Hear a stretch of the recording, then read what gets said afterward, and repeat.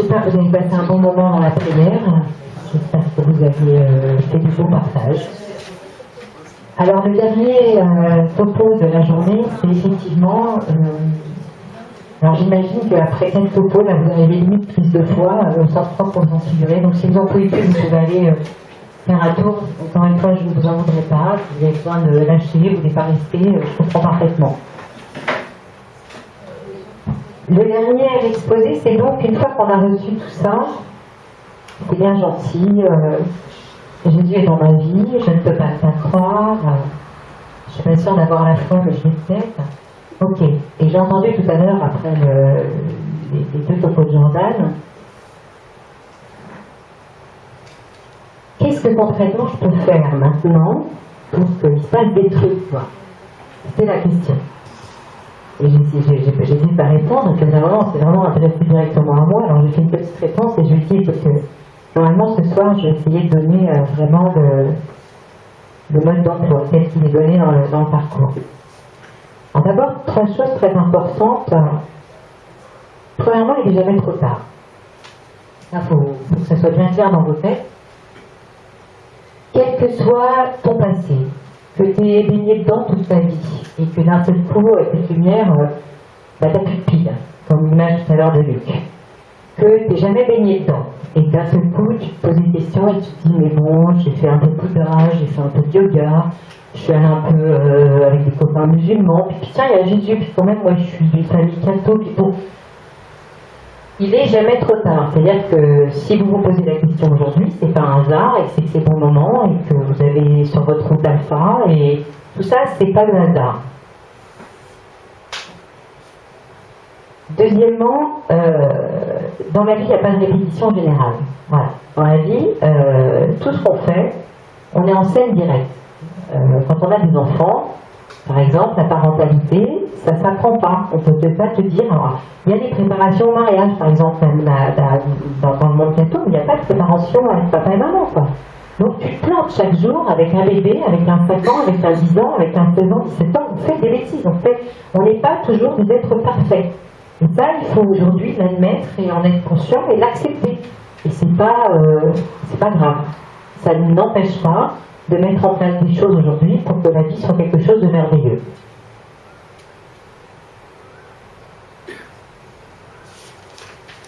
Alors en pratique, qu'est-ce que je peux mettre en place aujourd'hui pour faire que ma vie soit quelque chose de magnifique? Alors il y a un mode d'emploi que Paul nous donne dans la lettre aux Corinthiens, que je vous ai mis sur l'écran pour que vous puissiez la lire avec moi. Et vous allez voir, c'est le trame de toute notre topo.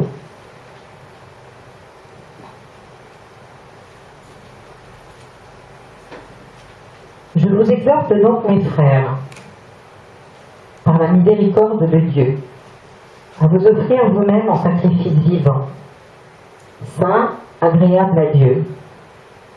C'est là le culte spirituel que vous avez à rendre. Et ne vous modelez pas sur le monde présent, mais que le renouvellement de votre jugement vous transforme et vous fasse discerner quelle est la volonté de Dieu, ce qui est bon, ce qui lui plaît, ce qui est parfait. Voilà, alors, sur ces quelques lignes, tout est dit. Le mode d'emploi que vous m'avez demandé ce matin dans mon petit groupe, c'est là. Chaque phrase, chaque mot a son importance, tout est dit. Qu'est-ce que ça veut dire ne pas se modeler sur le monde présent? Ça veut dire, première étape, donc comment tirer le meilleur parti du reste de ma vie. D'abord, qu'est-ce que je commence par faire? C'est ce qu'expliquait Jordan ce matin. Je romps avec le passé. C'est-à-dire qu'à un moment donné, je dois décider. Ça, c'est un acte volontaire. Je dois dire, non, ça suffit, ces addictions, stop. Je veux à un moment donné résister à la pression du groupe.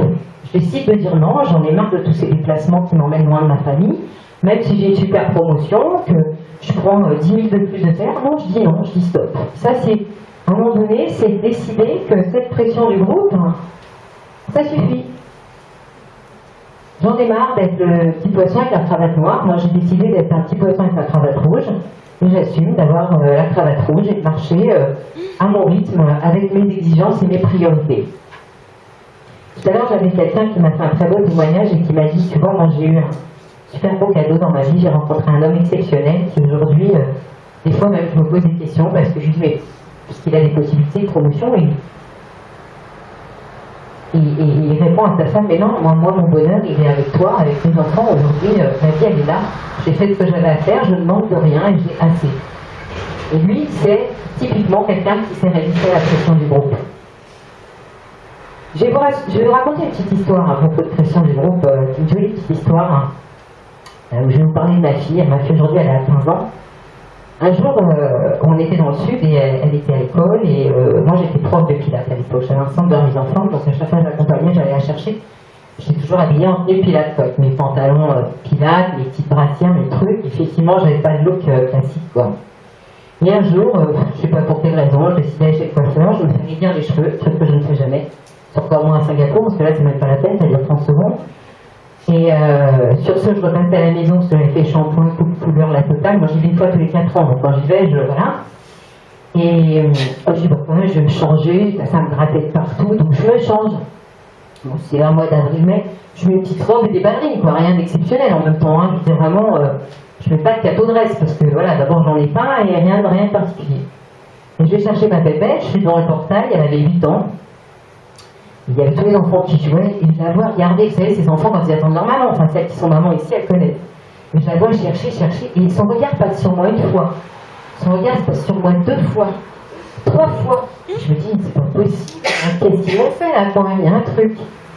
Et au bout d'un moment, j'appelle Clotilde, la maîtresse qui était au portail, je dis, Clotilde, il faut pas me chercher du temps, parce que je sentais qu'elle commençait à avoir de la peur dans le regard, elle me dit, maman est pas venue me chercher. Et elle arrive devant moi, elle me regarde avec ses yeux d'enfant, elle a un regard bleu magnifique, et elle me regarde et elle me fait, c'est toi, maman? Et je dis, ouais, mais moi, c'est maman. Oh, t'es belle. D'accord? Alors, je suis super contente, on passe là-dessus, on rentre, tout ça à la maison, tac, tac, tac, puis le lendemain matin, je repars avec mon pantalon moulant, pilates, ma petite brassière et tout. Et dans la voiture, je la dépose minute. J'ai un bisou, elle me regarde, puis elle se recule, puis elle fait, dis maman, tu viendras habiller en vraie maman ce soir. Bah déjà à 8 ans, elle vivait la pression du groupe. Déjà à 8 ans, les filles, c'est copines. Après, je dis, mais pourquoi tu m'as dit ça? C'est quoi le souci, quoi? T'aimes pas que je sois habillée comme ça? Mais non, mais t'as pas l'air d'une vraie maman. Les copines, elles croient que t'es pas ma maman. Elles pensent que t'es une babysitter. Waouh. Difficile. Donc la pression du groupe, ça nous guette à tous les moments de notre vie. Et pourtant, Dieu, ce qu'il veut, c'est pas qu'on soit tous pareils. J'entendais encore ce matin quelqu'un me dire, ouais, mais moi, le côté catho, là, ils se ressemblent tous. Moi, quand je vais à l'église, j'ai l'impression que je suis pas du tout comme eux. Et moi, je peux vous dire que moi aussi, j'ai eu cette impression-là au début. Hein. Quand j'ai commencé à retourner à la messe, je me disais, voilà, il va falloir que je m'achète le collier de perles. Bon, ma mère me l'a offert depuis, elle a dû sentir le combien. Moi, je me suis dit, ça va pas marcher, mon truc. Moi, j'ai les gueules de Mouloud, je suis pas du tout comme eux, ça marche pas. Et puis, j'ai compris en faisant ce chemin que finalement, Dieu, il m'aimait comme je suis, quoi. Et moi, j'aime beaucoup ce petit personnage qui va vous parler. Chacun d'entre nous a une personnalité exceptionnelle, des dons et des talents différents. C'est-à-dire que tous, de notre manière, on est un vilain petit canard. Tous, à notre façon, on est différents.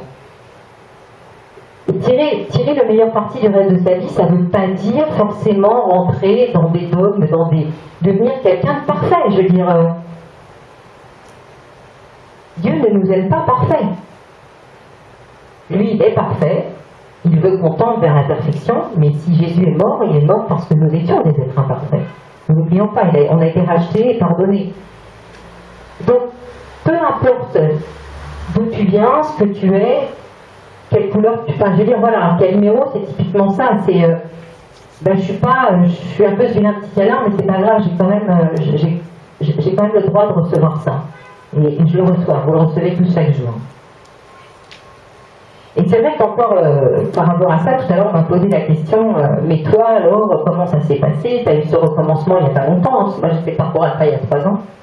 Après, tu es parti, comment la vécu ta famille? Et c'est vrai que Pour le coup, moi j'ai fait alpha, j'entendais tout à l'heure une fille du groupe dire moi j'ai même pas dit à ma mère que je faisais alpha, c'est même pas où je suis aujourd'hui, j'ai raconté un gros bobard, je sais pas comment lui expliquer pourquoi je reviens à la fois comme ça, c'est difficile à un moment donné, on se sent coupable de le dire, mais parce qu'en même temps on se dit mais je suis trop faible, pourquoi je retourne à ça, on se pose plein de questions, et puis si je mets le doigt dedans, qu'est-ce qui se passe hein? Il se passe rien de grave, hein, je vous rassure, c'est que du bonheur, donc arrêtez d'avoir peur. Et c'est vrai que, moi là encore, mon expérience personnelle, j'ai fait alpha, après, bon, comme moi je suis excessive dans tout ce que je fais, ça je pense que vous l'avez compris, j'ai enchaîné avec pareillemonial, j'ai enchaîné avec la confirmation, bref. Et du coup, je suis partie à Paris, avec toute ma famille, alors déjà c'est l'anecdote, c'est que j'ai pas osé leur dire, pendant 3 mois j'avais les places pour Paris, j'avais rien dit à personne, j'ai attendu que ça marche un petit peu, que ça travaille sur eux, pour réussir à leur avouer, on allait passer une semaine à Paris. Et quand je suis revenue voir mes parents dans le sud, ils m'ont dit mais c'était où pendant cette semaine, c'est quoi ce truc, t'aurais pu venir nous voir avant. Ah j'étais un truc de famille, nana, je sais pas quoi dire. Franchement, j'étais très très mal par rapport à ça. J'avais effectivement, j'étais le petit Calimero, je me disais mais ils vont pas, et mes copains, je disais franchement le milieu dans lequel je venais avant n'est pas du tout celui dans lequel j'évolue ici à Singapour, même si je pense que j'appartiens à tous les milieux, et encore une fois, rien n'empêche. Rien n'annule l'autre. Voilà, on peut très bien être respecter les principes d'une vie chrétienne et tout autant être bien dans tout, mais il faut encore pouvoir s'en affranchir. Et c'est là où il ne faut pas avoir peur d'être ce petit Calimero. Mais je peux vous dire, quand j'ai certains de mes copains qui m'ont regardé en se disant Gabriella est définitivement perdue. Hein. Quand j'ai commencé à leur dire Jésus a changé ma vie, mais ça, elle a vu elle a payé une de vie, quoi. Vraiment. Mais il ne faut pas avoir peur.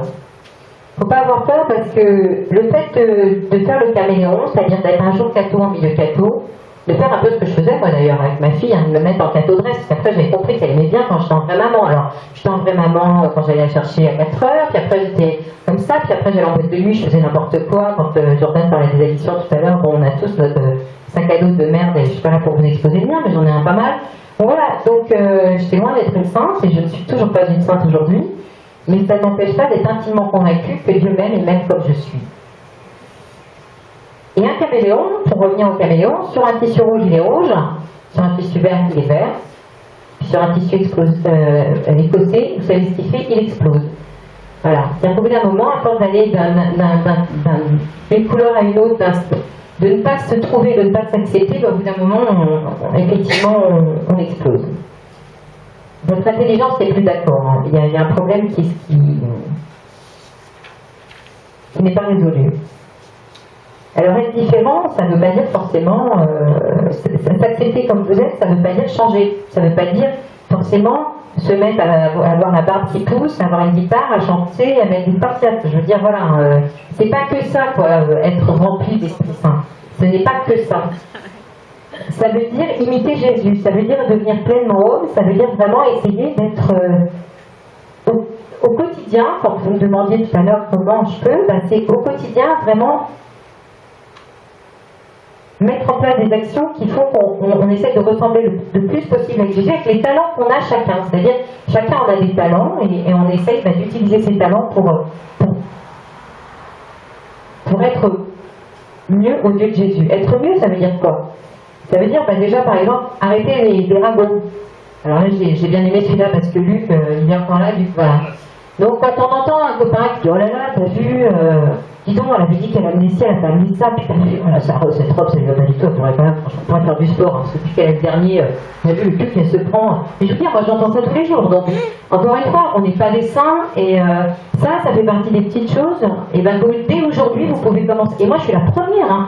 Et à chaque fois que ça m'arrive, je dis, mais brave, merde, ça suffit, arrête avec ça, c'est pas bien, c'est pas ça qu'il attend de toi. Mais encore une fois, on est tous des êtres imparfaits, voilà. Donc il faut le savoir, mais à chaque instant de vos vies où vous allez voir ces ragots, dites-vous non, là tu fais fausse route. C'est pas pour ça que tu l'as frappé la fausse route, mais rattrapez-vous. Les récriminations, c'est pareil, toujours dire ouais, mais moi, si je suis comme ça, c'est parce que mon père, ma mère, c'est pas là. Puis mon mari, tout le temps en déplacement, de toute façon cette vie c'est à cause de mon mari, c'est un mauvais mari. Puis les enfants, de toute façon, ils n'écoutent rien, ça sert à rien ça. Ça c'est pareil, c'est tourner en rond, c'est l'autodestruction, c'est la spirale descendante. Ce que Dieu veut de nous, le projet qu'il a pour nous, c'est la spirale ascendante. C'est aller vers le haut et c'est dire non, j'arrête tout ça, je ne veux plus ça. La sexualité, c'est aussi un sujet un peu tabou, on n'en a pas encore parlé, évidemment ça tombe sur moi, donc on va en parler. Alors là aussi, le projet de Dieu pour nous, c'est pas une sexualité triste, c'est pas une sexualité brimée, c'est pas une sexualité réprimée. Le projet de Dieu pour nous, il est écrit dans ces quelques lignes. L'homme quittera son père et sa mère pour s'attacher à sa femme, et les deux ne feront plus qu'une seule chair, une grosse faute en plus. Ainsi donc, ils ne sont plus deux, mais une seule chair. Ben là, encore une fois, tout est dit. Vous voyez, moi, quand on me dit c'est quoi les principes à appliquer, il n'y en a pas beaucoup, ça tient en quelques lignes. Dieu veut le meilleur pour nous. Ça veut dire que comme vous, s'il y a des mamans dans la salle, ou même des papas, quand un enfant vient me dire maman, aujourd'hui j'ai envie de faire de la pâte à modeler, j'ai envie de faire de la peinture, qu'est-ce que vous faites pour qu'il s'éclate? Vous délimitez l'aire de jeu. D'accord? Vous dites ok, moi je faisais ça avec mes enfants, je faisais de mettre le journal partout, sur la table, par terre, je mettais les pots de peinture, là, voilà. Tu sors pas de là, je te mets la blouse de truc, quand t'as fini, tu le sois, je te prends, je te mets dans la baignoire. Donc c'était total, c'était clair, c'était parfait, il n'y avait pas de bêtises de fait. J'avais délimité l'aire de jeu. Mais Dieu avec nous, c'est pareil, il délimite l'aire de jeu, c'est-à-dire qu'il n'y a aucun souci à avoir une vie sexuelle, érotique, pleine de plaisir. Concubini, ça ne veut pas dire que interdit, hein. Attention. Ah oui, il ne faut pas tout mélanger. Je veux dire, on s'emmerde pas au plumard, quoi. Ça, faut arrêter, quoi. C'est pas vrai. Mais, dans le cadre du mariage, dans le cadre d'un engagement à vie. Voilà. Une fois qu'on a compris ça, c'est comme l'aire de jeu pour les enfants, après, il y a là. Encore une fois, je pense que Dieu, Dieu, ouais, plutôt, il a eu une... si vous connaissez le Cantique des Cantiques, si vous ne le connaissez pas, il est à la bibliothèque, là. Lisez-le, il a eu l'idée de l'érotisme et du plaisir sexuel bien avant qu'on invente les sextoys. Hein. Franchement, on n'a rien inventé. Donc le mariage implique deux choses, hein, quitter ses parents et être littéralement collés l'un à l'autre. Hein. Ça veut dire quoi être littéralement collés l'un à l'autre? Ça ne veut pas dire juste effectivement faire cet acte dans le lit et puis après plus rien. Ça veut dire dans tous les domaines de ma vie. Ça veut dire que c'est une fusion spirituelle, émotionnelle, intellectuelle. C'est être l'autre, être là pour l'autre, être là pour guérir l'autre. C'est accepter tout de l'autre. Ses qualités, ses défauts, et c'est pas facile. C'est pas facile, mais c'est ça notre mission quand on dit oui devant Dieu. Prenez l'exemple de deux feuilles de papier. Là, Luc tout à l'heure nous a fait une très jolie démonstration. Ben, vous prenez ces deux feuilles de papier, vous les collez l'une à l'autre, vous laissez passer une nuit, puis le lendemain matin vous essayez de les décoller. Elles se déchirent. Il y en a un morceau de l'une qui reste sur l'autre, etc. Ben voilà, un couple c'est pareil. Un couple, si on essaye de passer un moment de sa vie ensemble, puis qu'après on dit ouais mais non, moi j'ai changé, j'ai envie d'aller voir ailleurs, puis lui voilà, non. Ça, je peux vous dire que vous allez laisser des plumes, parce que on ne fait qu'une seule chair. Cette union sexuelle, elle n'est pas juste biomécanique, elle va bien au-delà. Je vais vous raconter une petite histoire par rapport à ça. Alors je ne savais pas si j'allais la refaire cette année, c'était un peu long, mais on m'a dit si elle est trop bien l'histoire. J'avais un copain moi qui s'appelait Jean-Philippe, qui habitait à Paris quand je faisais mes études à Paris. Et c'est une petite histoire pour un peu étayer le fait qu'on n'est pas là pour fliquer l'homme en fait. Dieu n'est pas là pour vous fliquer, pour vous interdire de faire des choses dans lesquelles vous trouvez du plaisir. Et Jean-Philippe, il habitait Place Saint-Michel et il avait un petit appart et il avait 2 chambres et il vivait avec Gabi, Gabriella. Et Jean-Philippe, c'était un numéro de donc je vais pas dire son famille, bref. Et puis l'italien et sa maman, comme toutes les bonnes mamans italiennes, elle débarquait régulièrement parce qu'elle habitait Nice avec 4 boîtes de poulet, de roast beef, des bocaux de sauce tomate, l'huile d'olive, enfin, tout ce qu'il faut pour vraiment que son petit ne manque de rien. Et donc elle déboule un jour, et elle voit Gabi, elle dit non mais maman c'est une coloc, elle n'a pas de piole, puis moi elle me donne 200 francs, à l'époque encore les francs, et moi ça me permet, bon d'accord, mais elle lui dit mais Jean-Philippe quand même, Il n'y a rien entre elle et toi, hein, tu sais, il faut être un garçon sérieux. T'es en bac plus 3, je crois, pas l'appart avec tes parents, avec ton père, là, faut pas. Mais non, maman, ça va, lâche-moi, je connais ça, un ado, enfin, 18 ans, bac plus 2, voilà. Là, maman s'en va avec ses tupperwares. Et puis, au bout de, je sais pas, une semaine, 2 semaines, je vois que Gabi fait de la soupe et puis, trouve plus la louche. Alors, bon, on laisse passer, 3 jours après, rebelote dans la louche, les filles, on s'en file quand même. Dès que ta mère est venue, moi, je trouve plus la louche. Il la regarde, il me dit, attends, mais non, mais comme elle vient avec toutes ses boîtes, tous ces trucs, s'il faut, elle embarquer la louche, quoi. Alors, il envoie, il appelle sa mère, ou il laisse un message sur répondeur, parce qu'il n'y avait même pas des mails à l'époque. Il laisse un message sur répondeur, il dit, maman, depuis que t'es venue, on ne trouve plus la louche. Alors elle lui répond par un autre message, mon grand, je ne sais pas si tu couches avec Gabi, ou si tu ne couches pas avec Gabi, mais si Gabi couchait dans son lit, vous auriez retrouvé la louche. Voilà. Donc le but, c'est pas de faire la morale, hein, mais c'est de vous donner une aire de jeu dans laquelle il n'y a aucun danger, ni pour vous, ni pour l'autre, ni pour vos enfants. Moi, il y a un extrait d'un livre que j'aime beaucoup de Guy Gilbert, que j'ai acheté il n'y a pas longtemps, quand je suis allée à Paris, où il dit cette phrase que j'ai répétée à mes 2 ados, et que je ne cesse de répéter, ne sépare jamais ton sexe de ton cœur. Alors, si vous avez des jeunes enfants, des enfants en âge de... Enfin, des jeunes enfants, je m'entends, 13-14 ans, ça commence beaucoup plus tôt qu'on ne croit aujourd'hui, hein. C'est un sujet, Internet a fait son boulot de ce côté-là aussi, et je peux dire qu'à 13-14 ans, on vient déjà vous dire non, non, maman, le sexe oral, c'est pas du sexe, c'est un préliminaire. D'accord? Donc, faut prévenir plutôt que guérir. Donc, le premier message à passer, c'est ça. C'est vraiment, ne sépare jamais ton sexe de ton cœur. Et là aussi, je vais vous raconter une petite expérience personnelle, c'est que les familles où le projet de Dieu est compris sont bénies, c'est-à-dire qu'il y a beaucoup plus de bénédiction, de joie, de réjouissance, d'enthousiasme que dans les autres familles. Moi, à l'époque où j'avais mon studio Pilates, justement, dans le sud, là, à Valbonne, je me souviens, c'était tout le début 2004, un jour, j'ai une fille qui s'appelle Nathalie qui vient me voir et qui me dit « Ouais, je viens de monter une boîte qui s'appelle Piment Rose. » Vraiment, encore une fois, je n'étais pas du tout... enfin, même aujourd'hui, enfin bref. Et je n'étais pas du tout dans la communauté catholique. Je suis « Ouais, c'est quoi Piment Rose? Ben, on fait des sex stories et tout. Tu veux pas, on fait des réunions 1 fois par mois. » Je dis « Ouais, d'accord. » Parce que moi, bon, vous avez compris, je viens d'une famille méritale, donc j'ai été élevée un peu comme ça, quoi. Hein. Il y a des artistes, voilà, tu vas au mariage, le chemin est droit, bon, bref, je sortais pas, bref. Ah, je dis, bah ouais, d'accord, de mon côté, j'avais, je sais pas, 30-35 ans, j'apprends plein de trucs, quoi, quand même, parce que moi, je suis un peu là-dessus, c'est un peu, voilà, j'ai pas trop beaucoup, quoi, bref, d'expérience. Et je me dis, super, je vais profiter de l'expérience des autres, quoi, parce que c'est vrai, je me suis souvent dit, putain, mes copines, elles ont connu plein de mecs, elles savent, mais sérieux, tu te dis, moi, tu vois, ça sert à rien, quoi, s'il faut, il est où? S'il faut, c'est un grand quignol, tu vois, bon, voilà, quoi. Oui, moi, ça y est. Du coup, allez hop, on y va, on lance les réunions Piment Rose au Sardainé.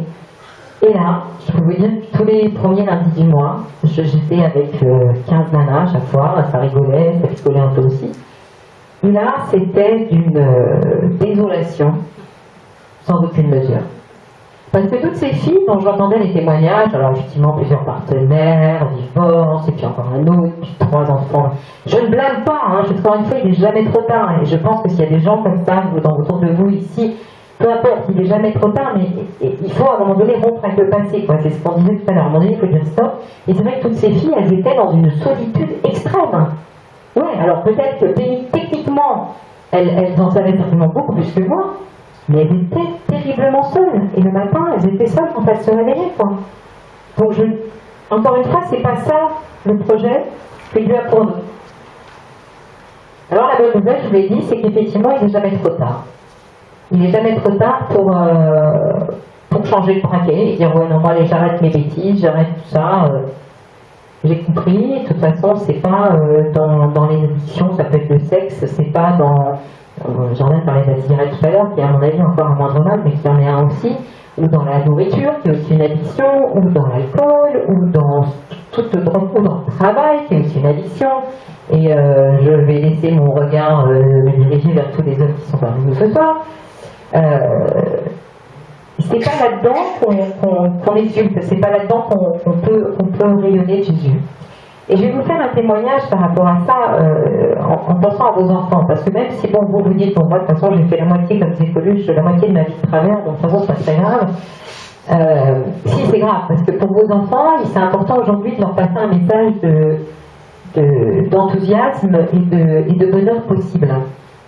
Et là-dessus, je veux juste faire un petit point rapide sur un témoignage que j'ai reçu il y a une semaine, exactement, de quelqu'un qui est ici ce soir, qui a mis le parcours avec moi. Elle m'a dit que j'avais le droit de le dire, donc je vais vous le dire. Quelqu'un qui a fêté ses 20 ans de mariage il y a quelques semaines et qui était sans son mari ce soir-là et s'est senti terriblement seul, mais qui s'est dit, mais avec tout le bonheur qu'il m'apporte, je vais lui écrire. Je vais lui écrire ce que j'ai vécu ce jour-là, ce jour où j'ai dit oui, où je me suis donnée à lui pour la première fois, où je me suis donnée à un homme pour la première fois, puisque elle s'est gardée pour lui. Et son témoignage qu'elle m'a lu, une lettre de 4 pages, c'était juste, je peux pas vous dire, c'était un torrent d'amour, de joie, d'humour, c'était une petite fille, du haut de ses 43 ans, elle s'est remise dans la peau de la jeune fille de 22 ans qui le matin s'est levée, d'aller chez le coiffeur. Elle a tout raconté avec tout cet enthousiasme qui l'a animée, qui l'anime toujours 43 ans après, quoi. Enfin 20 ans après. Et donc elle me fait ce partage, j'étais très touchée. Et quand son mari est rentré, ils ont fêté les 20 ans de mariage avec leurs enfants et ils ont fait le cadeau de lecture de cette lettre à leurs enfants. Et je trouve que c'est magnifique et je veux lui dire devant tout le monde ce soir, bravo Marie. Où es-tu? Voilà, c'est Marie-Pascale. Je crois que vous pouvez l'applaudir direct, même si je n'ai pas l'habitude. Bon, alors là, vous vous dites, elle est bien mignonne, Graziella, mais bon, ce soir, moi, elle est en train de me tomber avec ses principes cathos. J'ai une soirée là derrière, faut que je vais me préparer. Moi, je ne vais pas réussir à changer comme ça. La pression du groupe est trop grande. Il faut beaucoup de courage pour réussir à vivre effectivement selon le mode de Dieu. Et il faut beaucoup de courage pour, à un moment donné, lâcher le fardeau. Vous voyez? Je n'ai pas écouté le topo Jordan avant de faire le mien, et c'est marrant parce qu'on parle des mêmes choses, parce qu'on parle pour la même personne qui s'appelle Dieu, et voilà. Voilà ce qu'on est avant de décider de rompre avec le passé. À un moment donné, il faut lâcher le boulet, quoi. Arrêter de vouloir être des gens parfaits, arrêter de larguer les amarres, hein. Larguer, parce que vous ne pouvez pas faire de la place à Dieu tant que vous gardez ces trouilles de vous dire mais what if, hein, c'est pas comme l'espresso what else, c'est what if, hein. Ouais, mais si je fais ça, mais quoi qu'est-ce qui va se passer si tu mets à ouvrir ton cœur, rien t'arriver de grave, rien t'arriver de grave. Alors prendre un nouveau départ, comment on fait concrètement? On fait le tri, c'est-à-dire que déjà on prend ce boulet, ça j'ai fait pour une petite qui est là aussi, Hélène, celui-là je l'ai fait en pensant à toi. Hélène travaille chez Veolia, donc je me suis dit tiens, on va parler de tri sélectif pendant mon topo, et ça tombe bien parce que c'est exactement ce qu'on vous demande pour prendre un nouveau départ. On vous demande de renoncer à ce qui est mauvais pour vous, c'est ça que Dieu vous demande. Il ne vous demande pas de renoncer à ce qui est bon, il vous dit juste, tu vois, il y a des trucs que tu connais, tu sais c'est mauvais pour toi. En plus, à nos âges, enfin là, on n'a pas de jeunes dans l'assemblée, on sait ce qui n'est pas bon pour nous. Donc il faut juste couper les liens, quoi. Il faut avoir un peu de courage, c'est comme le saut en parachute, ce que je vous ai raconté. C'est vrai qu'à un moment donné, il y a un moment de doute, quoi. Mais on l'a tous ce doute-là. Et il ne faut pas avoir peur. Je vais vous raconter l'histoire, vous parlez ce matin des addictions, ça m'a rappelé une histoire. Vous la connaissez, l'histoire des ânes ou pas? Je ne vais pas la raconter s'il y a des gens qui la connaissent. Oui? Non? On va faire vite. Si c'est trop long, vous le dites, j'abrège. Hein. Ça va? Tiens, bon, si vous avez faim, j'en pouvez plus. Tout à l'heure, je n'ai pas voulu le dire quand tu m'as parlé d'Emmanuel, qu'on allait parler fesses, mais tu vois, voilà. Alors, l'histoire des ânes, c'est un paysan, et c'est dans le sud de l'Italie, là, vers chez moi, dans les Pouilles. Hein. C'est vraiment la steppe, hein. T'as des grandes. C'est ma grand-mère qui m'a raconté ça. Vous voyez, la grand-mère, elle avait pris beaucoup de choses. Il doit aller vendre un âne au bled d'à côté. Et puis, en même temps, il va amener des choses à vendre, de l'huile, tout ça. Donc, il charge un vieil âne avec tout le truc, et puis l'autre âne qui est le tout jeune à vendre, il veut pas qu'il arrive tout cramoisi, alors il le laisse très grand. Puis là, à peu près 4 heures de marche. Donc, il se dit, bon, bah, ça va marcher, j'ai pas besoin de prendre des cordes pour les attacher et tout, je traverse ces deux bleds, vachement. Et le voilà parti, et puis bon, bah, comme toujours, il y a toujours des choses qu'on ne prévoit pas.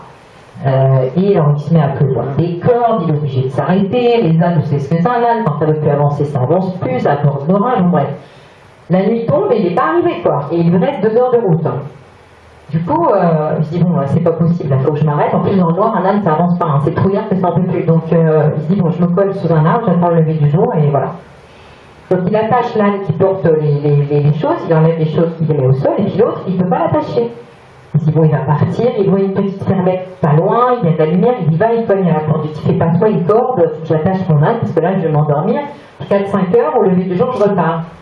Puis le fermier regarde, il dit, mais t'as pas besoin de l'attacher, là. Ouais, tu lui dis, bah ça va, attends, il est là, il fait le geste d'attacher. Ah, il y a quelqu'un qui a sur la prise. Ouais, c'est parti, c'est bon. Il fait le geste d'attacher, mais en faisant semblant, sans corde, il attache l'âne. Et il l'attache à l'arbre. Et l'autre lui dit, non mais, t'as vu la Vierge, il va partir, il va aller brouter à droite à gauche, et puis il va partir. L'autre lui dit, mais non, fais confiance, tu vas voir. L'autre dit, mais il est gentil avec ses principes. De toute façon, il n'a pas le choix, il se met sous l'arbre, et puis il a beau essayer de tenir, il ne tient pas, pouf, il s'endort. Il se réveille soudainement, le petit cucu des oiseaux, le jour n'est pas encore levé, et ben là, il n'a pas bougé, il est toujours là. Waouh! Je dis, ben, c'est super, alors là, dis donc, quelle chance! C'est encore la chance, messieurs. Bon, bah, alors il remet les sacs sur le crâne, allez, c'est reparti, il détache, et puis donne une tape sur l'âne qui n'est pas attaché, allez, on y va, on y retourne, il bouge pas. Merde. Qu'est-ce qui se passe? Qu'est-ce qu'il a? Il a soif, alors bon, il va chercher de l'eau, il retape, il bouge toujours pas. Il fait, ouais, bah, alors là, c'est un sorcier, donc il m'a fait un truc, je pense qu'en plus en Italie, ça il croit vachement, tu sais. Donc il retourne voir le fermier, il lui dit, bah, qu'est-ce que tu m'as fait là? Pourquoi il avance plus mon âne là maintenant? Bah, tu lui as détaché la corde? Oui, tu vois, mais non, mais enfin, il n'y a pas de corde, ça marche pas là. Mais si, mais il faut pas l'enlever. Ah, tiens, alors il y va, il détache, il enlève le lien, hop, il tape sur les fesses de l'âne, et l'âne repart. L'autre, il est scotché, quoi. Et le fermier le regarde et lui dit, dans la vie, réfléchis à tous ces liens invisibles qui t'empêchent d'avancer. Tu iras beaucoup plus loin et beaucoup plus vite. Voilà. Donc à un moment donné, si vous voulez larguer les amarres, faire le tri, posez-vous, mettez-vous en présence de Dieu, dans la prière, on vous a donné pas mal de modes d'emploi tout à l'heure, et réfléchissez à tous ces liens qui sont mauvais pour vous. Et demandez-lui de vous aider à les couper. Lui peut là où vous ne pouvez pas.